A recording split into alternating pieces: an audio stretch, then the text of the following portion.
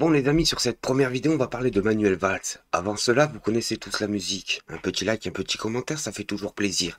Et si t'es pas abonné, abonne-toi, c'est totalement gratuit. Alors sur cette première vidéo, on a Manuel Valls, qui va nous sortir ses chiffres officiels, sortis d'un sac magique, des victimes de Chido à Mayotte. Vous allez voir, c'est hallucinant. Pour lui, il nous explique qu'il y a eu 40 victimes et 40 disparus. C'est tout. Alors il y a eu une tempête qui a tapé de plein fouet Mayotte, des milliers de personnes qui ont été touchées, et pour lui, il n'y a eu que 40 victimes.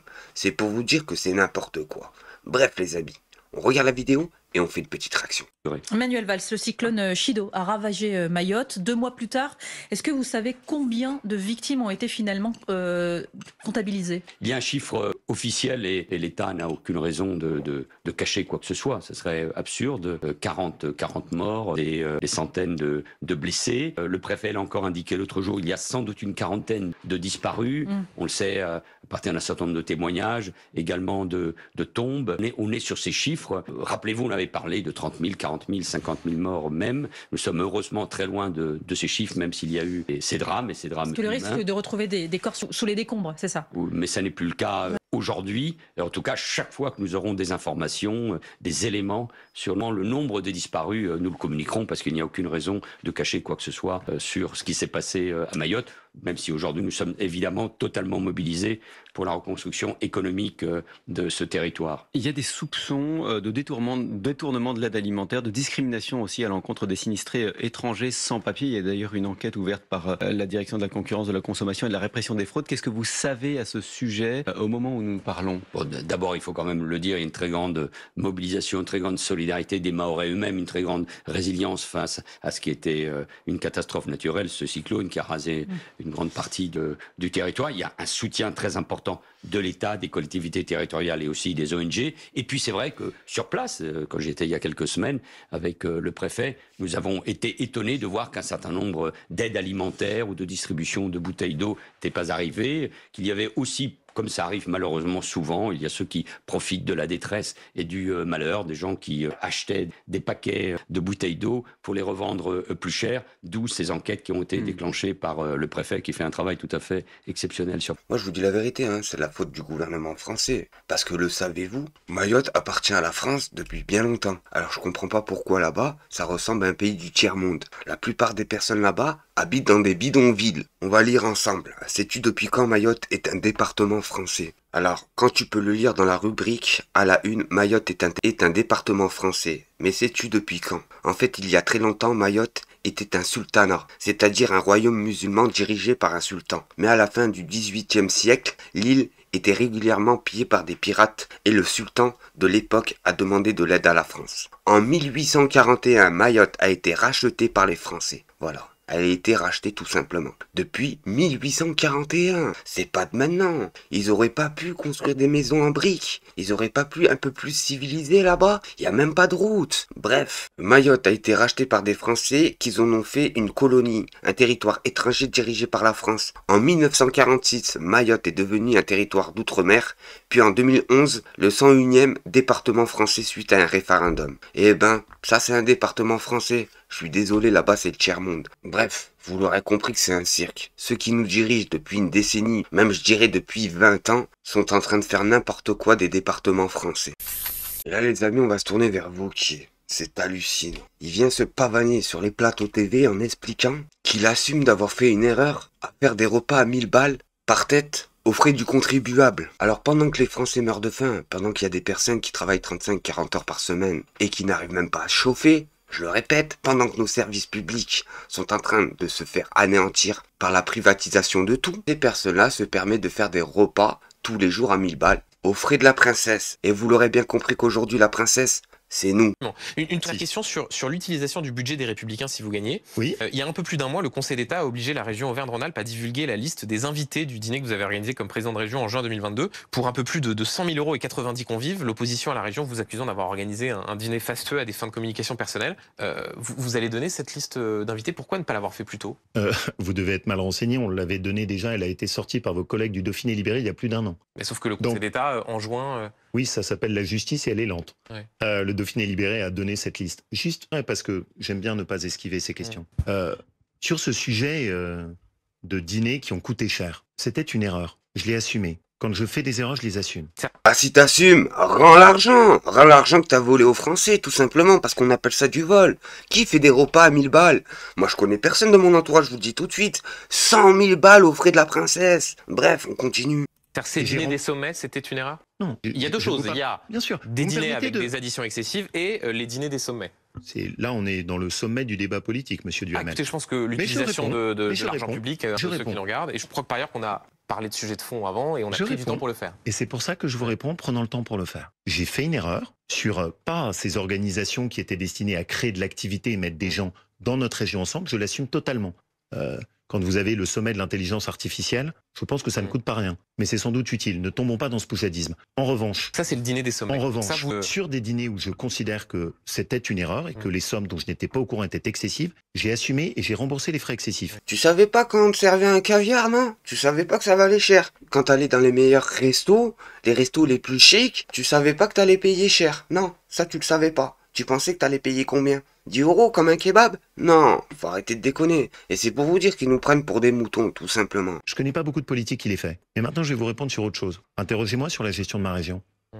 Vous savez que pendant 7 ans, je n'ai pas augmenté d'un pourcentage le poids de la dette dans ma région. Que j'ai baissé de 10% les indemnités des élus. Puisque vous m'interrogez sur l'exemplarité, interrogez-moi sur toutes ces composantes. Qui a fait ça? Quel autre élu a fait ça? J'ai baissé de 10% les indemnités des élus. Et, donc à l'arrivée, ce type de dîner, vous ne les organiserez plus si vous devenez président des Républicains? Excusez-moi, je veux aller jusqu'au bout de ma réponse parce que quand vous m'interrogez, il y a la gentillesse d'écouter aussi mes réponses. Je n'ai pas augmenté une seule taxe ou un seul impôt dans ma région. Je pense que les Français rêveraient que la France soit gérée comme l'a été gérée la région Auvergne-Rhône-Alpes.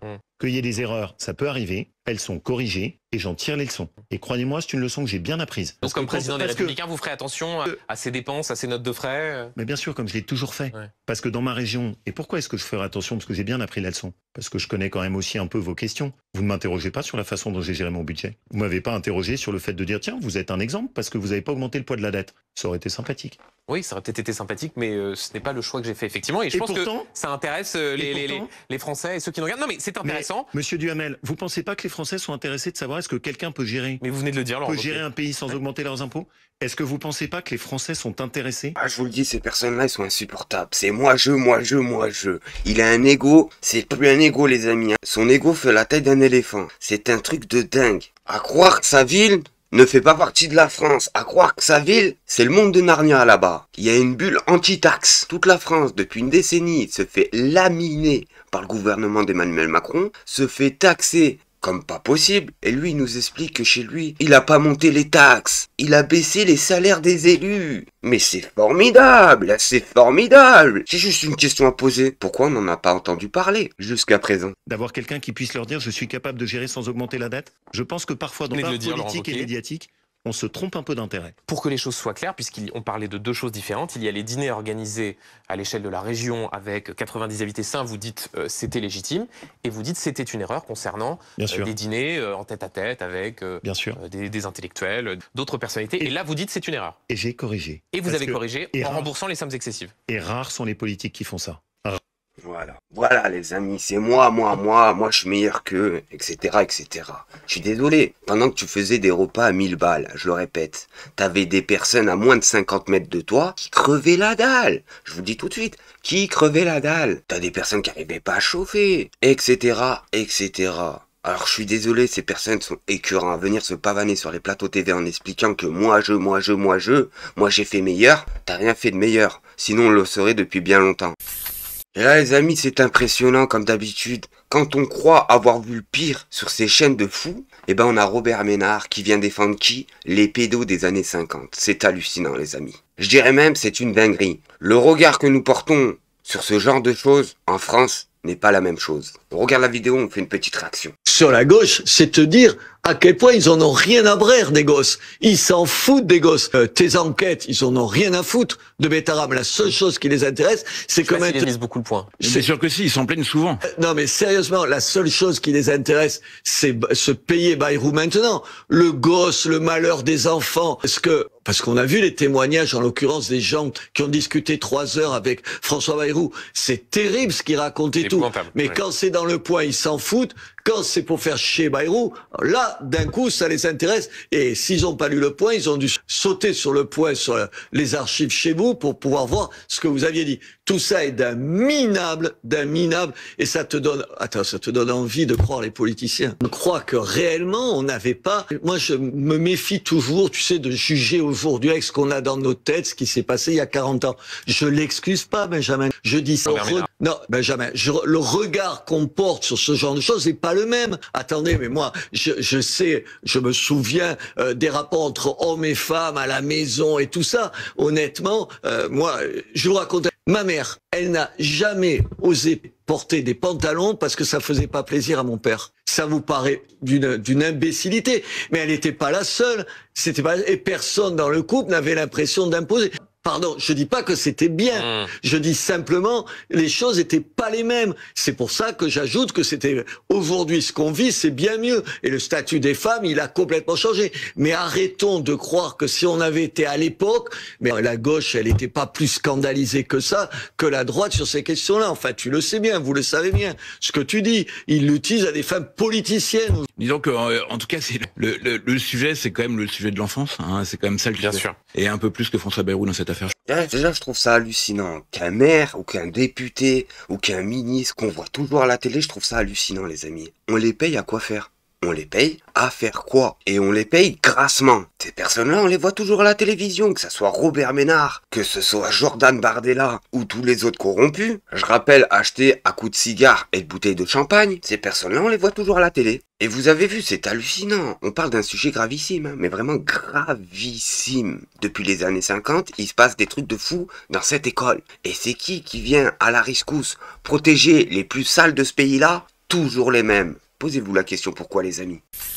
Et là, sur cette vidéo, les amis, on va parler de CNews, qui nous explique encore les dérapages. Qui va s'attaquer à qui? À toutes les télévisions publiques. Je vous le dis, la bataille est ouverte, en nous expliquant les dérapages qu'ils font sur l'audiovisuel des services publics. CNews, il est 7h30, les télévisions du secteur public, du service public sont-elles en roue libre? Je vous pose la question, et je pose la question ce matin parce que depuis vendredi, il y a encore eu des dérapages. Vendredi soir aux Victoires de la musique, appel d'une chanteuse à soutenir Utopia 56, qui aide les migrants en situation irrégulière et qui est visée par 3 plaintes. Et puis hier soir, sur France 5, grand débat avec pour thème, écoutez bien, le Hamas est-il toujours dangereux? Oui, le Hamas est-il toujours dangereux? C'était écrit sans la moindre précaution à l'antenne. Comment peut-on se poser sérieusement la question de savoir si le Hamas est encore dangereux ou pas?